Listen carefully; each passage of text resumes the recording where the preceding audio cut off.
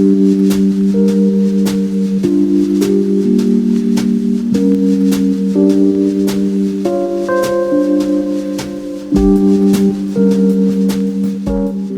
everybody, I'm Aaron Simmons. This is Philosophy for Where We Find Ourselves, June 17th, 2020. Today I'm going to continue on and actually finish our conversations on midlife.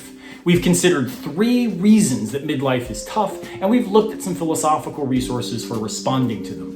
Today we're going to consider the 3rd challenge, that relationships are extremely hard to form. So I think today, rather than trying to give us practical suggestions, hey, go join a softball team or something, instead we should look at Aristotle. Because Aristotle articulates 3 different types of friendship, types of friends. And he says that although one of these 3 is the best and the highest form, he doesn't suggest that the others are somehow bad or things to avoid. And I believe that part of why relationships are so hard in our midlife is because we are seeking only one of these types of friends, and that causes us to miss out on other sorts of human engagement. For Aristotle, there are 3 sorts of friendship. They are first, friends of pleasure. This is the kind of friend with whom you share activity interests. So for me, it might be somebody with whom I fish, or somebody on my church softball league, or somebody that just enjoys Florida State football, and so we go watch football together. The second type of friendship is a friend that is for benefit.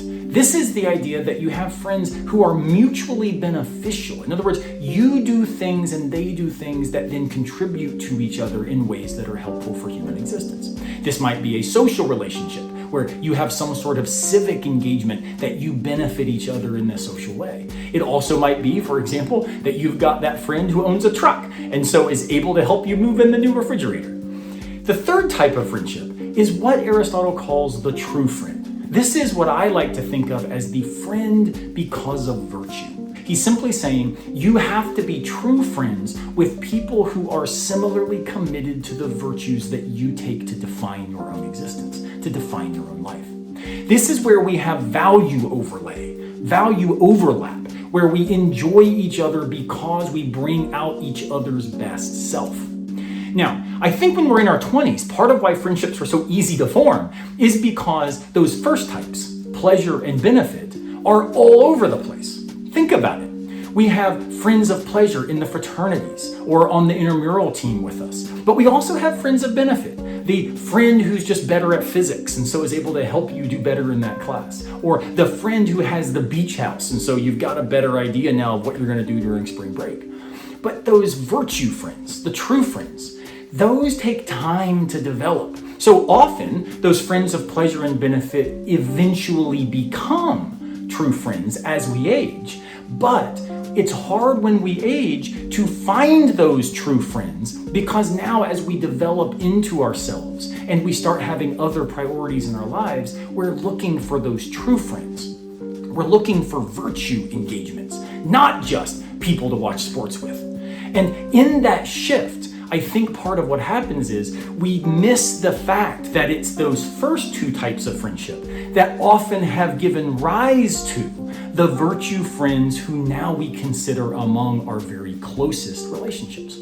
As we age, we don't have the time, we don't have the energy, we don't have the sheer stamina to be able to invest so often in just friends of pleasure and friends of benefit. We actually are looking for those deeper connections and deeper relationships because with limited time, we want to maximize the engagement itself. So again, this isn't meant to suggest that somehow this is bad or problematic. I just think it goes a long way to explaining why relationships are so hard to form in our late 30s and early 40s, because we're looking for that substantive friendship. And yet, the friends that we might overlook are those pleasure and benefit types of relationships that then, who knows, could blossom into genuine, real, true virtue friends. I hope this is helpful because it's the way that I'm at least trying to rethink my own relationships at this point in my life. We'll see how it works out. I hope you have a great day. I'll see you tomorrow, unless a piano falls on our heads.